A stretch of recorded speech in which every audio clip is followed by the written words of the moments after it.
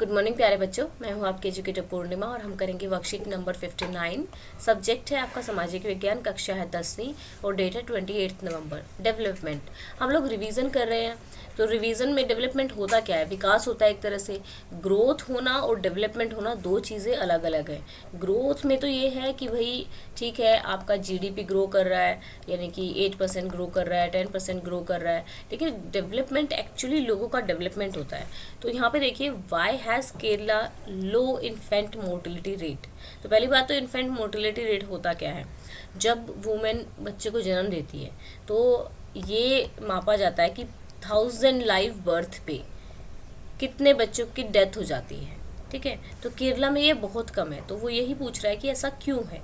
क्योंकि केरला में जो एजुकेशन है वो बहुत ही अच्छी है, लिटरेसी रेट बहुत अच्छा है। तो जब लोग पढ़ लेते हैं, एजुकेशन जो होती है वो बहुत ही हेल्पफुल होती है एक कंट्री के, मतलब लोगों को वहाँ अवेयरनेस हो जाती है कि चलो भाई ठीक है, ये मेडिकल हेल्थ फैसिलिटी ऐसे ऐसे ये लेके आनी है। दूसरा, चाइल्ड मैरिजेस वहाँ पे कम होती हैं, लड़कियाँ भी पढ़ती हैं, लड़के। तो लिटरेसी जो होता है, एजुकेशन जो होता है, वो एक अवेयरनेस लेकर आता है। Education and awareness are most helpful in reducing infant mortality rate.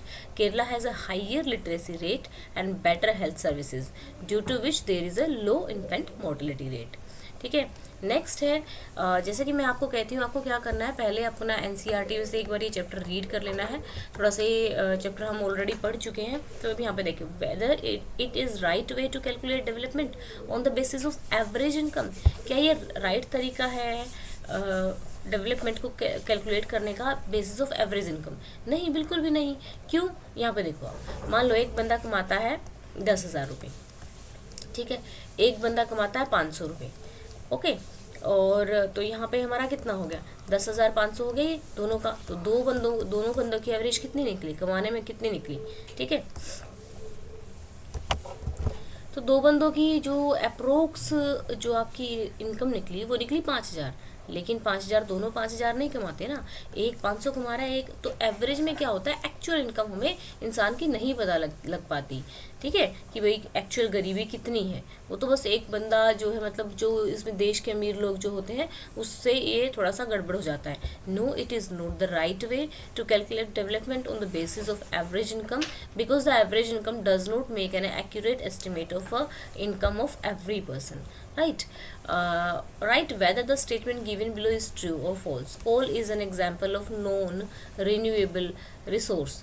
तो कोल क्या है? Non renewable. रिन्यूएबल कौन से होते हैं? जो रिन्यू हो जाते हैं जल्दी जल्दी, जैसे कि आपकी वाटर है, ठीक है, सोलर एनर्जी है, जो जल्दी बन जाते हैं, जिनको बनने में बहुत ज़्यादा टाइम नहीं लगता है, और जल्दी ख़त्म भी नहीं होते हैं, तो वो होते हैं नॉन रिन्यूएबल। अब जो हमारा कोल है वो तो बहुत टाइम बाद बनता है, अराउंड मिलियंस ऑफ ईयर्स लग जाते हैं बनने में। तो ये स्टेटमेंट बिल्कुल ट्रू है। Which of the following is most likely to be development goal for landless rural labours? ठीक है, यहाँ पे बोल रहा है कि लैंडलेस कौन सा, मतलब यहाँ पे likely to be development goal, क्योंकि डेवलपमेंट गोल सबका अलग अलग हो सकता है।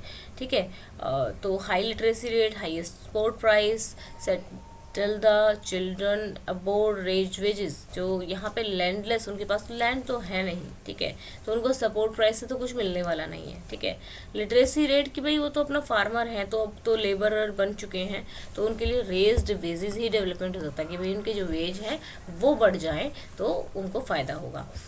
Fill in the blanks. Dash state in India has a lowest literacy rate. Bihar में सबसे कम लिटरेसी रेट है। Rewrite the statement after correcting the underline phrase. A country, यहाँ पर चलता है, अपने वर्कशीट में देख लेते हैं कौन सा अंडरलाइन है। ठीक है, क्योंकि वहाँ तो पता नहीं लग रहा मुझे अंडरलाइन कौन सा है। ये रहा। A country having a high standard of living and better environment in terms of health and education is known as a developing country. ठीक है, डेवलपिंग कंट्री की यहाँ पे बात की जा रही है, तो आपको इसको इस तरीके से लिख लेंगे। यहाँ पे आ जाएगा डेवलप्ड कंट्री, जहाँ पे हाई स्टैंडर्ड ऑफ लिविंग हो जाता है, ठीक है, और बेटर एनवायरनमेंट होता है हेल्थ और एजुकेशन की टर्म्स में, तो वो कंट्री डेवलप्ड कंट्री होती है। An assertion and it's reason. Assertion और रीज़न देना है आपको, स्टेटमेंट तो ये आपको पता ही है कि किस तरीके से चूज़ करते हैं। तो every person has a different development goal, बिल्कुल ठीक है। Every person has a different needs, बिल्कुल ठीक है ये भी, कि हर इंसान की अलग नीड होती हैं, तो इसलिए हर इंसान का डेवलपमेंट गोल जो होता है वो अलग ही होता है। तो आंसर क्या होगा, both A and R correct, R is the correct explanation. What is GDP? The final value of a goods and services produced in a year in any country is called gross domestic product. ठीक है. Now, how do ration shop under public distribution system help people?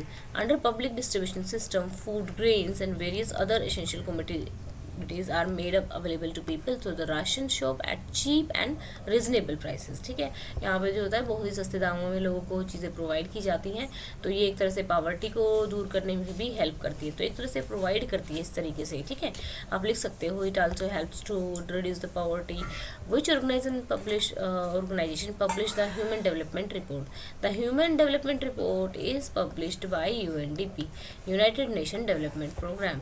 Okay, UNDP इसको publish करता है। तो students, ये थी हमारी आज की वर्कशीट। आई होप आप लोगों को अच्छे से समझ में आ गया होगा। तो बच्चा, आप लोग रिवीजन जब कर रहे हो ना, वैसे तो कल से देखते हैं कि क्लासेस शुरू करेंगे आपकी जो 9th-10th वाला चैनल है उस पर, तो आप लोग चैप्टर NCERT का एक बार ज़रूर पढ़ लें, क्योंकि NCERT में से ही आपका पेपर आना है। तो अच्छे से जब एक बार चैप्टर को रीडिंग देना बहुत ज़रूरी है, चाहे आप कहीं से भी पढ़ रहे हैं, क्वेश्चन आंसर कर लो, क्योंकि चैप्टर में से ही क्वेश्चन बनते हैं, NCERT से बाहर कुछ नहीं आता है। तो प्लीज़ एक बार चैप्टर को अच्छे से पढ़ लेना, चैनल को सब्सक्राइब कर लीजिएगा, वीडियो को शेयर कीजिएगा, ताकि हम लोग नवंबर में ही 100 के हो सके।